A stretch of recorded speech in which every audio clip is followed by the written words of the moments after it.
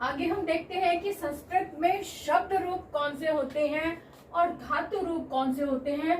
शब्द रूप कौन कौन से, यानी कौन से शब्दों को हम शब्द रूप में रखेंगे और कौन कौन से शब्दों को हम धातु रूप की श्रेणी में रखेंगे। आज हम इस पर ध्यान देंगे। अब ध्यान से देखिए, हम शुरू से बेसिक चीजें मैं लेकर आ रही हूँ ताकि संस्कृत जो बच्चे संस्कृत देर से सीखना चाह रहे हैं, जिन्होंने 5th क्लास में संस्कृत को ध्यान से नहीं सीखा, वो अब भी आप अच्छे से समझ सकते हैं। 9th क्लास के बच्चे, 10th क्लास के बच्चे, 11th 12th, संस्कृत के बेसिक चीजों को अगर आप समझ लोगे तो आप बड़े से बड़े अनुवाद आप कर सकते हैं। चैप्टर कोई भी नया हो आप उसको हिंदी में अनुवाद भी कर सकते हैं, लेकिन उसके लिए सबसे ज्यादा जरूरी क्या है कि बेसिक चीजों का पता होना। बेसिक चीजें आपको पता होना चाहिए कि शब्द रूप, कौन से शब्दों को हम शब्द रूप की श्रेणी में रखेंगे और कौन से शब्दों को हम धातु रूप की श्रेणी में रखेंगे।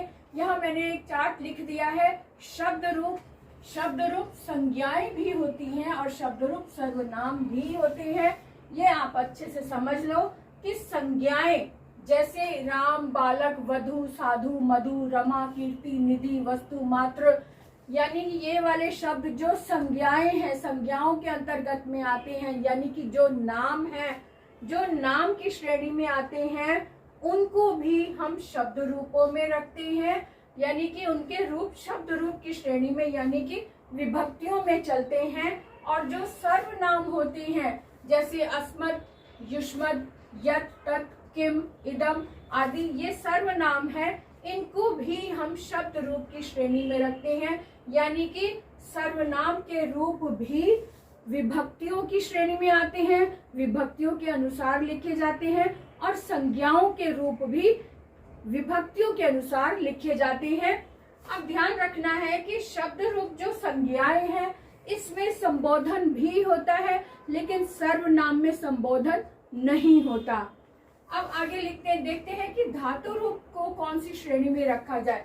धातु रूप यानी क्रियाएं यानी वर्ब, जो वर्ब होते हैं, जो क्रियाएं होती हैं, वो जो धातु रूप होते हैं, उनको हम धातु रूप की क्रियाओं में रखते हैं, यानी धातु रूप की श्रेणी में रखते हैं। धातु रूप आपको बताया था कि 3 लाइन्स में चलता है, प्रथम पुरुष, मध्यम पुरुष और उत्तम पुरुष।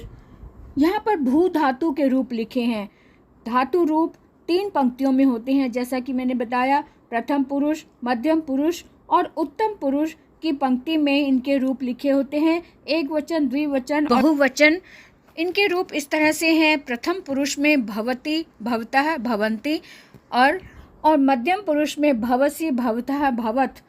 उत्तम पुरुष में भवामि, भवावः, भवामः।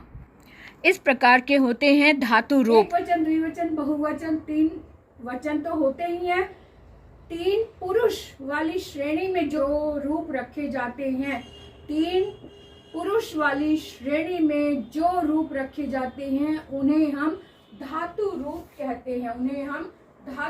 कहते हैं। जैसे पठ धातु, लिख धातु, गम धातु, स्था धातु, वद धातु, चुर धातु, दा धातु, लव धातु, स्मृत धातु, रक्ष धातु, नम धातु, पा धातु, भू धातु आदि। इस तरह की जो इन शब्दों का प्रयोग हम क्रिया के रूप में रखते हैं या वर्ग के रूप में करते हैं, जिन शब्दों का प्रयोग वो धातु रूप होते हैं, उनके रूप धातु रूप में चलते हैं, यानी 3 पंक्तियों में चलते हैं। प्रथम पुरुष, मध्यम पुरुष और उत्तम पुरुष की श्रेणी में ये वाले रूप आते हैं। और जो शब्द रूप है वो प्रथमा विभक्ति, द्वितीय विभक्ति, तृतीय विभक्ति, यानी विभक्ति और कारक की जो श्रेणी होती है वो शब्द रूप होते हैं। शब्द रूपों को हम विभक्तियों में और कारकों के आधार पर चलाते हैं। इतनी बात क्लियर हो गई है, तो हम आगे चलेंगे कि शब्द रूप कैसे लिखें। यहाँ बालक शब्द यहाँ पे दिखाए हैं मैंने विभक्तियों के साथ। अकारांत पुल्लिंग बालक शब्द कैसे लिखा जाए। प्रथमा विभक्ति में बालकः, बालकौ, बालकाः। द्वितीय विभक्ति में बालकम, बालकौ, बालकान। तृतीय विभक्ति में बालकेन, बालकाभ्याम, बालकै। चतुर्थी विभक्ति में बालकाय, बालकाभ्याम, बालकेभ्य। पंचमी विभक्ति बालकात्, बालकाभ्याम, बालकेभ्य। षष्ठी विभक्ति बालकस्य, बालकयोः।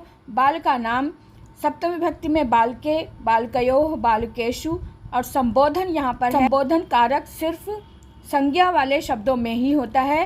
हे बालक, हे बालकौ, हे बालिकाः, इस तरह से है। इस तरह हमने देखा शब्द रूप कैसे लिखते हैं।